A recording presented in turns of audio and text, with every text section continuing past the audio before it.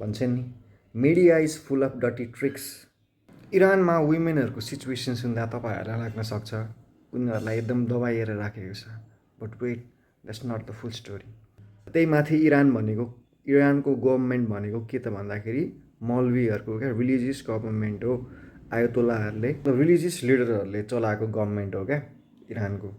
हिजाब म्यान्डेटोरी छ, प्रोटेस्ट गर्दा प्रब्लम हुन्छ होइन, तर फेरि एट द सेम टाइम क्या त्यहाँ चाहिँ के छ भन्दाखेरि अब यस्तो यस्तो ब्रिलियन्ट माइन्डहरू, यस्तो यस्तो ब्रिलियन्ट महिलाहरू इरानमा एक्जिस्ट गर्छन् भन्ने गाइज मैले सुनेको पनि थिइनँ क्या। जब मैले रिसर्च गरेँ नि म आफै अमेज भएँ क्या। अब सुन्नुहोस् ल, मरियम मिर्जा खानी, उहाँ चाहिँ को हो भन्दाखेरि वर्ल्डको टप म्याथमेटिसियन होइन, who was awarded for Fields Medal winner. Mathematics फिल्डमा एकदम प्रेस्टिजियस अवार्ड हो क्या। अनि अर्को हुनुहुन्छ अनौसे अन्सारी।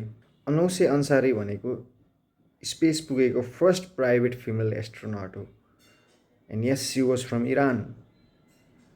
अनि अर्को हुनुहुन्छ मसौमे इफ्तिकार। उहाँ चाहिँ को हुनुहुन्छ भन्दाखेरि इरानको साइन्टिस्ट र former vice president of Iran. Ballistic मिसाइलको म्यानुफ्याक्चर र प्रोडक्सनमा वुमेनको इन्भल्भमेन्ट हुनु भनेको त ठुलो कुरो हो नि त गाइज। मिसाइल इन्जिनियर्सहरू, साइन्टिस्टहरू हो त्यस्तो फिल्डमा। अब यो कुरा चाहिँ इरानले पब्लिक गर्दैन किनकि यस्तो कुराहरू एकदम कन्फिडेन्सियल हुन्छ क्या साइन्टिस्टहरूको नाम।